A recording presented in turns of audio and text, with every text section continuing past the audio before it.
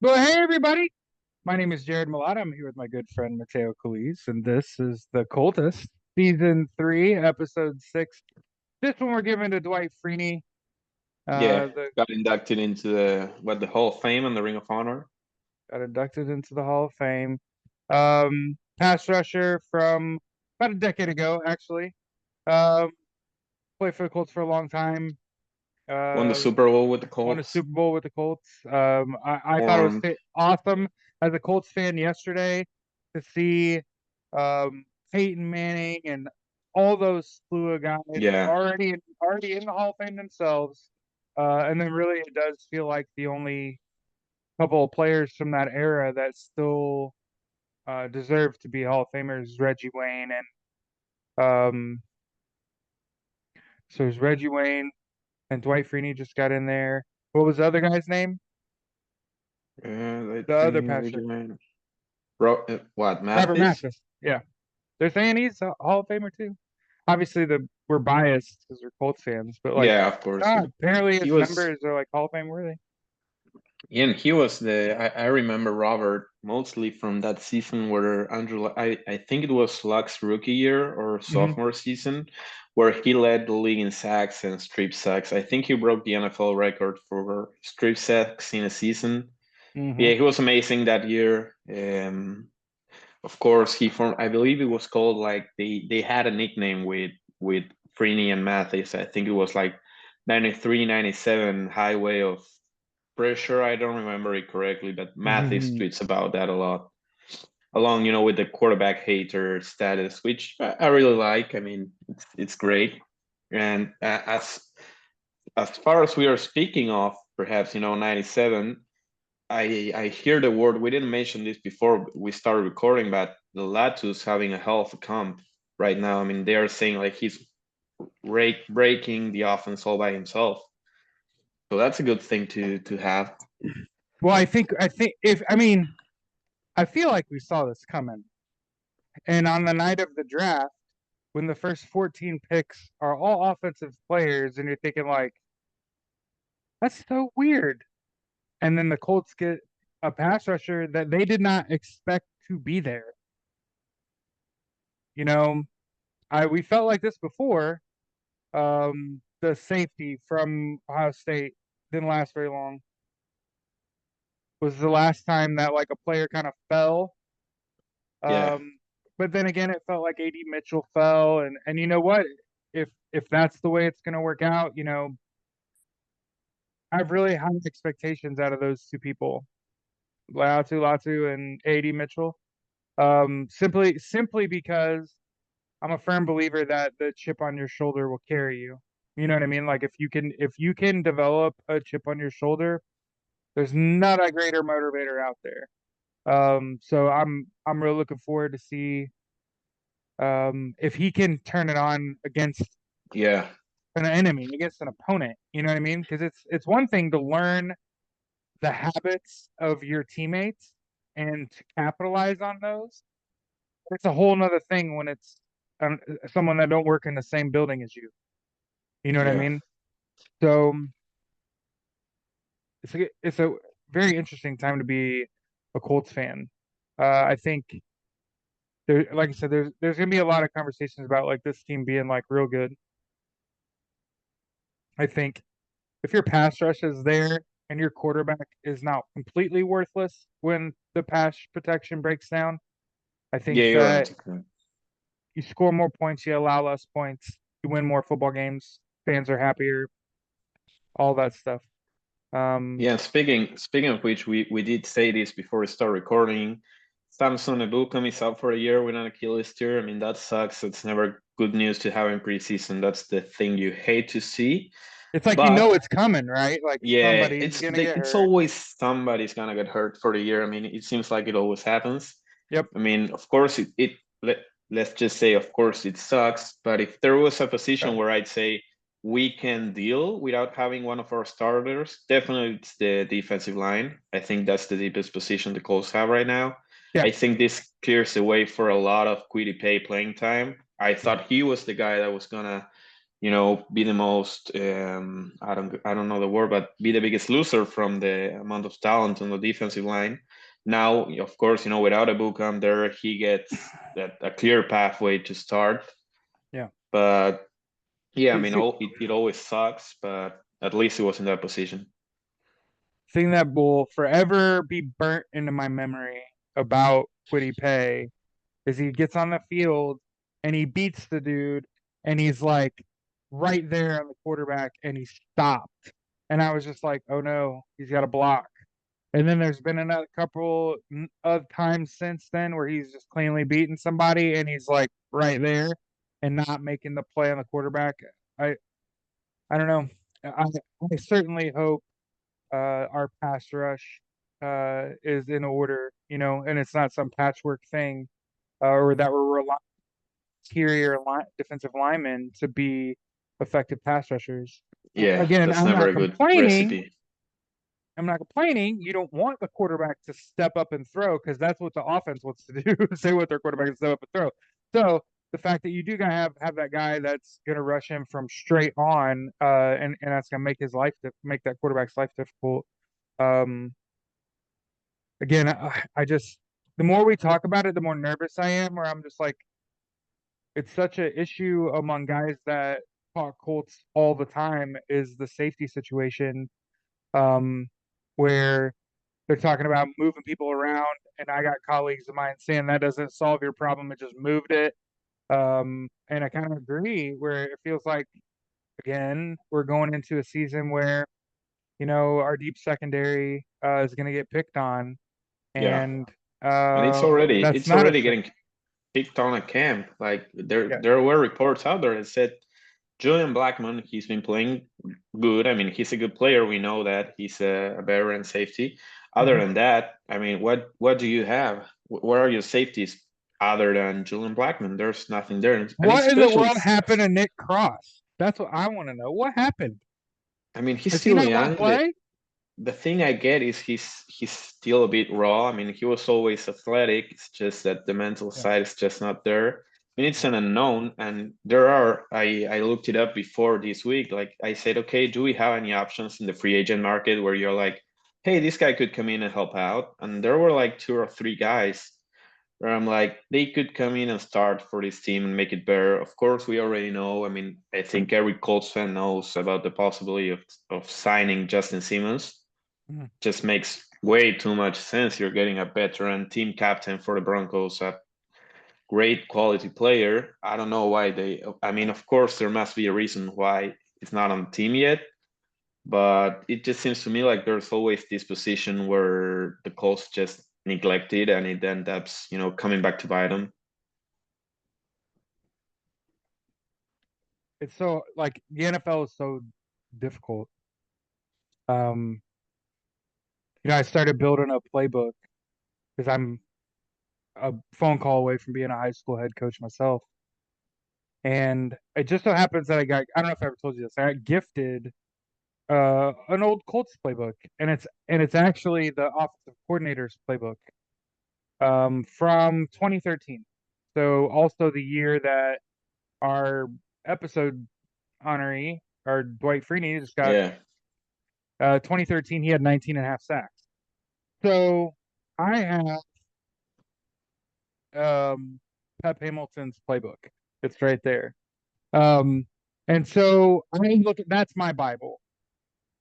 And so when I create my playbook, I'm going through and I'm looking at a more than 10-year-old playbook from week 3 when they played the Rams. Okay. And when I look at that playbook and I think about 10 years of offensive development since, um, I think that football is too complicated and could be made a lot simpler. And I don't envy anyone playing professionally now. There's far too much going on. And, like the routes aren't routes anymore. Routes have phases. um, it's no longer like everything is an option route now. Yeah. Um, which is not true. But they've gone away from, when I hate to be like this, sounds like an old man. When I Yeah. was growing up, it was out and up, it was slanting up, it was hitch and go. Those, it was a post corner, your little double move. Those were where you're getting kind of fancy with your playbook, right? Now, um, successful teams are using motion and shift almost every play, trying to get themselves a leg up. I don't think teams run the ball effectively. A lot of it has to do with they'll line up with the strength. The defense will align to strength. And then if you look at the backside of that play, it's 3v3, and you should definitely run against the 3v3 Yeah. versus like there's like five on your four on the front side. And like you don't see it often enough. And then that's where when I'm watching the NFL, college football, where I notice wasted downs. And you'll see it now that I'm telling you about it when you're watching a football game and it looks like they're gonna run. And the defense is aligned like they're gonna catch it and they stuff it. Hey, just know that's a wasted football play. And the only reason I know that is like I said, I'm coaching football now. I've been given a gift of I don't know how many high school football coaches have possession of a former NFL offensive Yeah. coordinator's playbook. But when I look at it and I just realize how deeply personal your game plan is. And it makes me excited to be a Colts fan because I know we have Shane Steichen who understands the things that I understand now. Um, you know what? You hear the just a play call come in and it's like 15 words. I mean, I keep replaying the Matthew Stafford where McVay is reading the play and he's making fun of McVay to the huddle. He's still going. I got it. I got it. Please stop. Dear God, let me get the play. And then he's like, oh my God, he's still going. Like, nah, we're a yard and a half from the house they want to kick from. Like, Yeah. what are we doing? So say all that to say, like, football is very difficult mentally. And it doesn't surprise me when a guy just disappears, like Nick Cross has. Because now here we sit Yeah. thinking, man, there's a big hole at safety. And Yeah. we want Big. we want a guy outside of the organization to be the answer. And I just want the guy we drafted to be the answer. You know what I mean? Last year, actually, moved up to get him. And so that him not just being the guy that's disappointing because Yeah. the way Colts fans are, Chris Ballard didn't do anything to address this, and it's like, no, he did. The guy has basically been invisible, and that's unfortunate. And I see, and again, I'm sort of already a Chris Ballard fanboy, so this just kind of solidifies that. It's like, no, he did see this coming, and he did spend a draft pick on the position, and the kid hasn't really been there. Huh? Okay. I think he had foresight. I think he used that pick last year, and then I think this year, like I said, I've been nothing but a fan of what the organization's been doing since they fell off the face of the earth when Andrew Luck retired. Um, Yeah. so we've been treading water for a while, and it finally feels like we've got our head fully out of the water. We've got a young quarterback. We're I wouldn't say rebuilding, because we do have a lot of talent. Really good offensive line. Um, really good running back. Really good. I think that's a really good wide receiver Yeah. room. Um, I think Solid that tight end room. yeah, they've got good They playmakers have on good tight defense. I think. ends. Yeah. I think on defense they have good role players, and obviously like a good defensive line. And I think you have to have the defensive line for not to just be leaning on your role players like Buck and Kenny Moore. You know what I mean? Like, and obviously it kind of goes without saying, the most unheralded part of the Colts franchise is the linebackers. Um, I think that Zaire Franklin might be underrated as hell. Um, you know, just led the league in tackles a couple years ago. Was way up there again last year. Obviously, uh, players don't get nearly as much shine when they start their own podcast because now everybody figures you're just doing it on your own. You don't need us. But he does a lot of good stuff in the community, and he's a very productive football player. And it feels like a lot of the media outside Indianapolis does not even know who that person is, outside of Yeah, their podcast. And so my hope, now that I'm kind of thinking on it, is obviously I could hope that Nick Cross, um, somebody like that, steps up within the organization. But if your defensive line and your linebackers are manhandling that other team up front, makes your job a lot easier on that back end. yeah, Um, so there's still a chance here that this is a decent defense, but this is the NFL, and the NFL wants to throw the ball. And I just think, like any other Colts fan, right at this moment, I'm still kind of wishing there was a guy there, and I wasn't having to hope someone comes out of left field within the organization, just blossoms, and all of a sudden is that guy. yeah, Otherwise, you're just going to get thrown over. And we've been yeah. there before too. Yeah, and like you said, I mean, this is the NFL. Injuries happen a lot.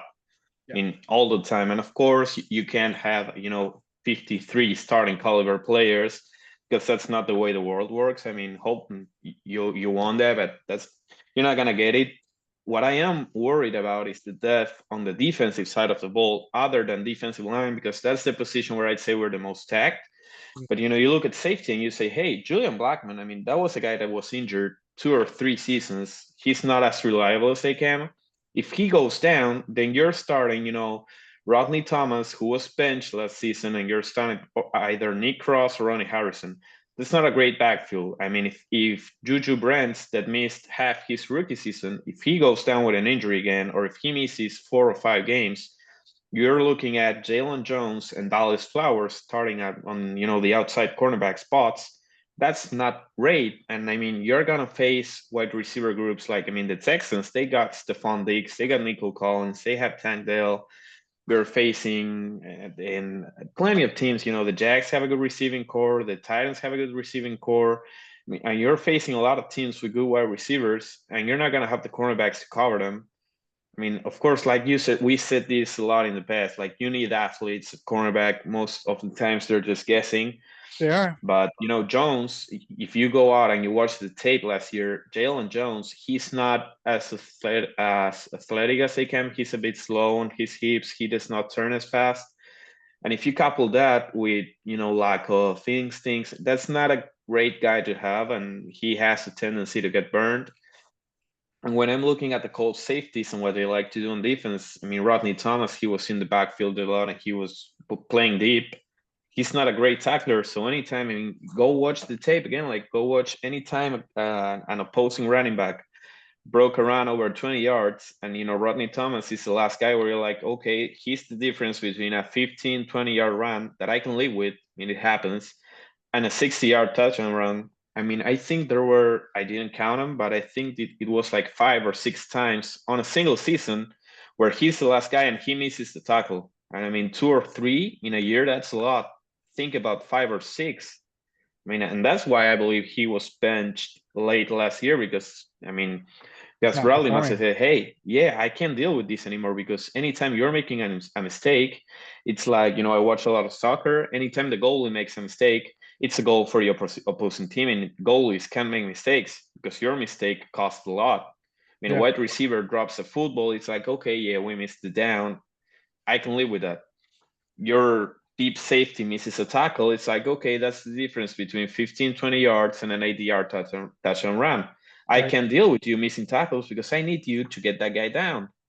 And that's what worries me about this defense. It's like injuries happen, and I don't You're think thin. we are, yeah, really, really thin. I don't think we're prepared to deal with an injury either to the linebacker group or to the secondary. And you said it before that a lot of times last year you said, hey, Tyre Franklin, this is a guy that's making 15 tackles a game. that takes a toll on your body because you're stopping 225-pound guys 15 times over the course of a game. Do that, 10 times in a row weekly. It takes a toll on your body. I mean, it's just natural. And he went down with an injury late, and you said, like, hey, we've been saying, this here. And of course, again, the Colts did not make a single move with linebacker. We are still with the same. I mean, even when Shaq Leonard, he was cut, they didn't, address that position. And I mean, hey, you lost the guy that you thought was going to be a starter and an all-pro caliber player. You lost him, and you did not replace him at all. So yeah, that's what I'm worried about for We're next just year. hoping EJ Speed is everything Yeah, that he's talked a big game. Um, you know, going back to um, Zaire Franklin and his podcast, I think part of the reason they didn't address outside the other linebacker spot is that they're just like EJ Speed's gonna step up and be that guy. And I remember when he was in college, I remember how like starkly he stuck out, and you were just like, "Whoa, he moves different." Um, and that's what Darius Leonard was. So I think for the organization that they have to hope that there's continuity here, yeah, that EJ Speed just steps up, solves that, is the other half of the piece of the puzzle, like you were saying, like stopping these runs at medium gains. But yeah, the more we talk about it, I'm nervous. You know what I mean? Like I'm worried about being able to cover a number one or two receiver. I'm worried about getting beat deep. But then again, like we said, like I don't think defensively the Colts anticipated having someone like Latu, and that also impacts your decision making. Because now yeah, we're expecting more tipped passes now. I'm expecting more bad balls that were thrown in a hurry. And in years past, the Colts haven't had very much of a pass rush. Now, last year, they were a top 10 team in terms of sacks, but they came from all yeah, over but the yeah, place. And that's more of a symptom of the defense than it is like the caliber players making said sacks, right? The rule of thumb, at least defensively, is like you just keep blitzing and eventually you get home. All right. And so I don't know, man. Like I said, I'm excited. On the one hand, I think like this could be like an all NFL offense. You yeah, got guys in the O line that could be all pro. Jonathan Taylor could certainly be an all pro. I don't yeah, know about your yeah, wide receivers necessarily. Somebody's gonna have to have a hell of a season. But Anthony Richardson, if he's to play every game, if he's to be effective every game, he is certainly a caliber of guy, a player that you're like he could be like on an all pro level. It could be a year too early. This could feel a lot like his first year as a starter in the NFL. yeah, There hasn't been a lot of oohs and ahs out of camp. It has been okay to good for him in camp. And again, a lot of that has to do with Latu. But yeah, I'm certainly hopeful that the other pieces the Colts added, like this Gould, this wide receiver from Oregon yeah. State. Who's a return specialist? He's been Well, great. apparently he made a play this past week in the return game where they were like, "See, that's why you draft a guy like that." And then also has been making plays. Now, the two tweets I saw this week were Joe Flacco connected. So I don't know how much you put behind that, although I do think Joe Flacco has an NFL caliber arm, and Yeah, thus I think that he's putting a similar ball on you that Anthony Richardson is. And for him to be making plays in the pass game, again, early in his career, and again, this is against your own, and I do think there is something to be said for getting good at practicing against your teammates, and not putting too much credit on what happens in training camp. There's a reason I don't go because I don't go out there and get my hopes up. It's too hot. It's hot. yeah, I usually wear a hoodie when we record. I was sweating. I take it off. It's too hot outside. So yeah, I think yeah, that it's an exciting time of the year. The Colts play a week from today. for their preseason game. And then, brother, we have talked at length about the Indianapolis Colts, but the Coltist, we've sort of changed our flow where, hey, man, the Indiana Pacers are on the up and up too.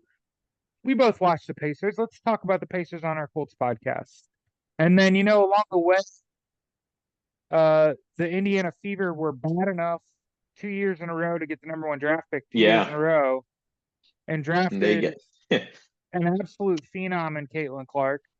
And it's such I would call it a breath of fresh air when like all of the teams in the city are on the up, like everybody's doing good now, instead of just being like the dumpster of the NBA, very, very good Colts, or I couldn't even honestly tell you the Fever won a championship like a decade ago and have from since. To have all these teams all playing meaningful sports. This is saying it like, for example, for the Indiana Pacers, Tyrese Halliburton's a member of the U.S. Olympic team. Yeah, and Andrew Nemhard is a and member Nemhard's of the Canadian team. And Mathurin would have been in the Canadian team had he not been injured. Yeah. And Nemhard and Halliburton and those Team USA and Team Canada, they made it to the semifinals in the Olympic basketball, sort of like tournament or whatever. Yeah. So the worst they could do is not get a medal. Yeah. Hopefully they both managed to get a medal. It'd be great if they played each other. Yeah. It would be fun. And Nemhard was actually he signed an extension between last time we recorded and this episode. 3 years, 56 million. That's a steal. That's the most he was allowed to get because of he was drafted in the second round. But 3 years, 56 million for a player like Nemhard. I think he was perhaps, it might be a hot take, but I think he was the most consistent and the most important player in this Pacers playoff push. He was just amazing, doing every single little thing right. He's just so underrated, in my opinion, where most people just look over him and they're saying, oh, yeah, Tyrese Halliburton, we all know he's an all-star candidate, an all-star caliber player. Pascal Siakam was amazing. He blew my mind out. He was a really, really, really good basketball player. But Nemhard, who I did not had as high going into the playoff, I was like, hey, yeah, he's a nice piece. He's a sort of, TJ McConnell type of player.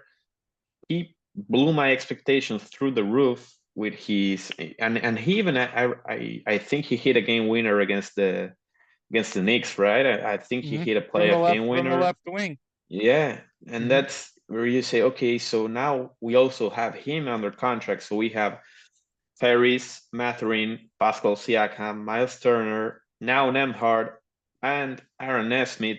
You couple that with, Jarvis Walker, TJ McConnell. Like, yeah, we did not need to go out and get on our player. Like, if we keep the squad together, we'll be good. And that's what the Pacers and the Colts, right? You draft your own, reward your own, find your talent, reward that talent. It's good for business, right? When a little kid picks up a kid's jersey and it's actually good to wear it for 4 or 5 years, that's a good thing for brand building. It's good for consistency is what ultimately is going to breed success, right? So it's good on the one hand to see the Pacers not only feeling like they don't have to go outside of the house to get anyone, but then to see the guys that are on the team make the Olympic team for their respective countries, not only make the Olympic team, but Nemhard was 8 for 10 in an Olympic basketball game. So I don't know about anybody else. The Olympics is the highest level of athletics. I know everybody's like, well, it wouldn't be like the NBA finals be like, nope. This is the Olympics. Best players from every country are playing, right? So, and obviously, I think the level of play is even higher because we're not talking about people shooting 50% from the field and us getting excited. No, 8 for 10 in an Olympic game. So it's good that both Halliburton and Nemhard are deep in and outside of the Pacers tournament. Showing you they can even have success going to play for their home country, right? So I've also seen the Pacers did sign a center, Whiteside, right? Jameson Whiteside, is that his name? Yeah. Let me check. I haven't been following the Pacers as much because it's The off season. But close, yeah, right? they Wiseman. Yeah, Wiseman. James Wiseman. Wiseman. Yeah. They signed James Wiseman. I seen them tweet out a picture of him just kind of sweating it up in the gym or whatever. And I'm you look at another human and you're like, he looks like a lot stronger in this picture. That he's not breaking the starting five. Okay. But that he can back somebody up. It's a big boy. And then obviously to see, like you were talking about Ben Mather back in the gym, sweating it up. Hey, he looks like a elite Yeah, athlete he looks too. amazing. Um, get you excited to see the Pacers in action, and we're a couple months away from that anyway. So yeah, Ottawa stick a fork in the Pacers. A little bit of the stuff going on, guys getting signed, the Olympics are going on, and now it's fun. But the conversation to have is about the Indiana Fever. Um, Now the Fever 5-5 in their last 10. They just lost their last game, but that is Yeah. the 7 seed. If you take away their like first 10 games, where the WNBA did not any money and they rammed Caitlin Clark down the throats, and she played every night or if not every other night for the first like 10 or 12 days of the season, and it took a toll on the Fever, and they did not look very good. Okay, if you just Yeah. take away that part of the schedule, hey, these Fever can play, and Caitlin Clark has played so well. So keep this in mind. I want to make sure I get this on wax. I want my friends to see this. It's crazy to me that in less than a month, so this tells you how good of a basketball player you have to be. In a time span of about a month, one of her would have been Olympic teammates, Diana Taurasi, says, she's not ready. It's a rookie. Gino Ariema, the UConn head coach, women's basketball, says she was set up to fail. So not only should she not be on the Olympic team as a rookie, but she's also not great.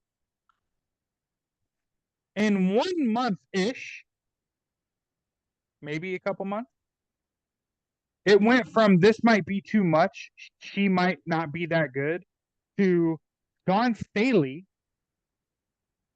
University of South Carolina women's basketball coach and the Olympic head coach, says in an interview, if we had to do it all over again, hindsight's 2020, Caitlin Clark's the starting guard for us, based on the quality of basketball that she's been playing in about the last month.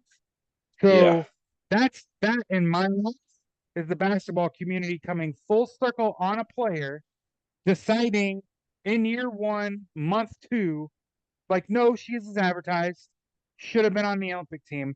Now, you don't get anything for that. Like a little gold star, I guess. Nah, yeah, you know. Should have been an Olympian. Um, and I imagine that the women are going to win a gold medal without her, and that Yeah. will make this conversation largely moot. But it is still like one of those things that I think missing from the Olympics is that I think that spark that Caitlin Clark adds brings the Olympics to a whole nother level. And that's just as someone that's been watching her for the last several years on this rise. And you're thinking like she's like shot out of a cannon. Like she's incredible. So it's really exciting. I hope that I'm conveying my excitement about Indianapolis based professional sports. Because like I said, for the longest time, it's like we were floating, just kind of not a lot of movement nor success. And then now, dare I say, right now, all 3 of these teams are going to make the playoffs in the next year, Yeah. and Yeah, that that's awesome to be playing like meaningful sports after the regular season's done, not just in one sport. If the Colts were just good, man, it wouldn't be nearly as sweet. It's super sweet that like what's similar, for example, and I'll run us off here. The Colts and Pacers are re-signing and holding on to Yeah, talent that every they single player. drafted, Yeah, and it is yielding results. Like obviously the results haven't come yet, but it's like look at last year. Your rookie quarterback comes in and he's shot out of a cannon. And he's going to be about to be a great player, and he gets banged up. You got to start your backup. You're one game from making the playoffs with a backup quarterback. yeah, I one have been play from making the a, playoff. Yeah, a football fan my whole life, and I can tell you the percentage chance that your team goes to the playoffs with a backup quarterback is fucking nothing. yeah, It's nothing. You're not going. You're going to lose. Oh, every close game, he's going to let you down. And the Colts were one play away from going to yeah. They're playoffs. one play And away. that to me is why all those boys got paid. But it's more like if you keep the band together, right? You know, and the thing about it is, I've been saying this since the first time I ever sat down to record a podcast. Like, look at Pittsburgh. In 58 years, they had 3 coaches. How do you develop a winning culture? I don't know. It probably starts with the head coach. You got to find the right guy. But then it's about like holding on to your talent and trying to gather as much of that. Because it's like we keep Yeah, talking about. There are position groups that we lack the depth that we cannot afford an injury to, as far as the Colts go. You know, I don't think the Pacers are in trouble like that, right? Like I actually think the Pacers are deep, and that was part of what makes the Pacers fucking awesome to watch. Is that in tight contests, some of these teams only play like 7, 8 guys, and the Pacers yeah, can play like 12 plus people. That is a clear advantage. And I'll add to that, late last year during the regular season, before the playoffs, before the Pacers make it, right, make their playoff run. I can't remember the coach, kill me, but he says the Pacers play at a pace that you cannot match. And that to me is like re-signing those people that were part of that offense that like it was very difficult to keep up with the pace of play. And it's like you understand that they're like bending time, and like this is a team that can win a lot of basketball games because they could just out athlete people. They have 3, 4 yeah, more guys that can put in some meaningful time, get some good plus minus out of them, and ultimately that keeps your elite players fresher longer. And like I said, obviously the Pacers are a couple months away, so really we should be spending most of our time talking about the Fever because they're actually in season. yeah. Um, they're on a little Well, break though, so yeah, Caitlin the Clark's coming back refreshed. I think that's the biggest, win the Fever can take from her not going to the Olympics. They're like, hey, she's oh, getting you some don't have all time those off. games She's on you. getting, yeah, and you just get a chance to rest up, to prepare yourself mentally and physically for the second half of the year. That's great. She's I'll worry about that. she's working on her range. Sorry, that was like the most deadpan joke I could think of at the time. Was like she's just working on shooting it from foot inside half court, my man. Yeah, Um, but yeah, I'm super excited for indie sports. It's obviously it's been an interesting summer. It's been pretty quiet though, and I am thankful for that. Like obviously the Colts have had yeah, a you couple want that. injuries here in training camp. It hasn't been a supposed starter. Um, I think that the Colts are going to be just as competitive, if not a step better than they were last year. But you've got to think like 31 other teams also got better too. Oh, you hope, right? And that I think here's you should leave on this. You run me out the building. The NFL, in my eyes, has been working towards a frame where like a lot of the teams in the NFL are viable.